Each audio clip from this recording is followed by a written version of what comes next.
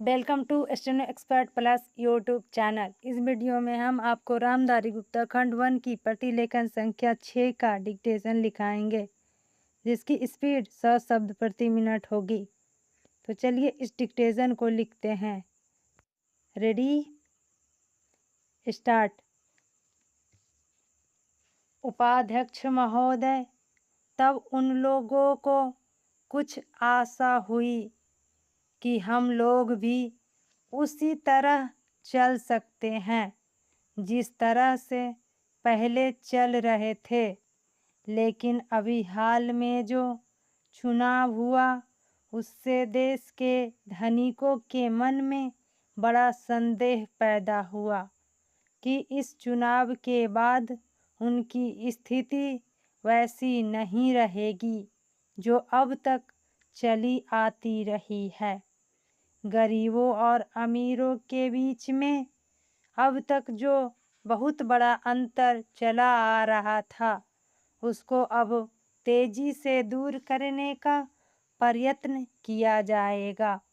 श्रीमान, मैं आपका बहुत ही आभारी हूँ जो आपने सदन में चालू वर्ष के बजट पर अपने विचार प्रकट करने का अवसर दिया है।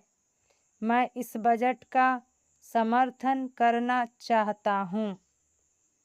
श्रीमान, मैं सबसे पहले अपने दल के नेता प्रधानमंत्री को इस बात के लिए बधाई देना चाहता हूँ कि उनके नेतृत्व में देश में कांग्रेस दल को स्पष्ट बहुमत मिला और इसके फलस्वरूप यहाँ पर केंद्र में एक ऐसी सरकार का गठन हुआ जो कि देश में वास्तव में समाजवाद लाना चाहती है।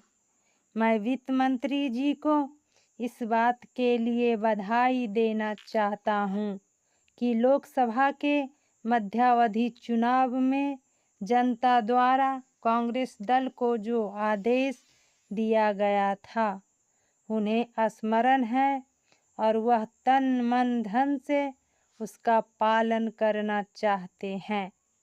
वह आदेश था देश में सामाजिक और आर्थिक विषमता दूर करने का, देश से गरीबी, बेकारी और बेरोजगारी को हटाने का और देश के जो पिछड़े हुए हिस्से हैं उनका पूरा विकास करने का। साथ ही साथ इस बात का भी आदेश था कि देश के अंदर इस प्रकार की सामाजिक और आर्थिक व्यवस्था पैदा की जाए जिसके अंतर्गत जनता शोषण से मुक्त हो सके। श्रीमान, यह ठीक है कि देश में कृषि के क्षेत्र में उत्पादन में वृद्धि हुई है, परंतु इसके साथ ही साथ यह भी दृष्टि में रखना चाहिए कि लागत में भी पूरी वृद्धि हुई है।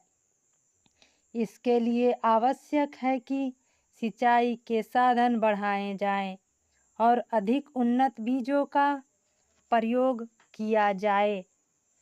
आज कृषकों को कृषि के यंत्र मिलने में बहुत कठिनाई हो रही है।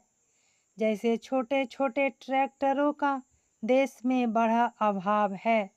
उनको बनाने के लिए शीघ्र नए कारखाने खोले जाएं, जिससे कृषकों को जल्द से जल्द ट्रैक्टर मिल सके।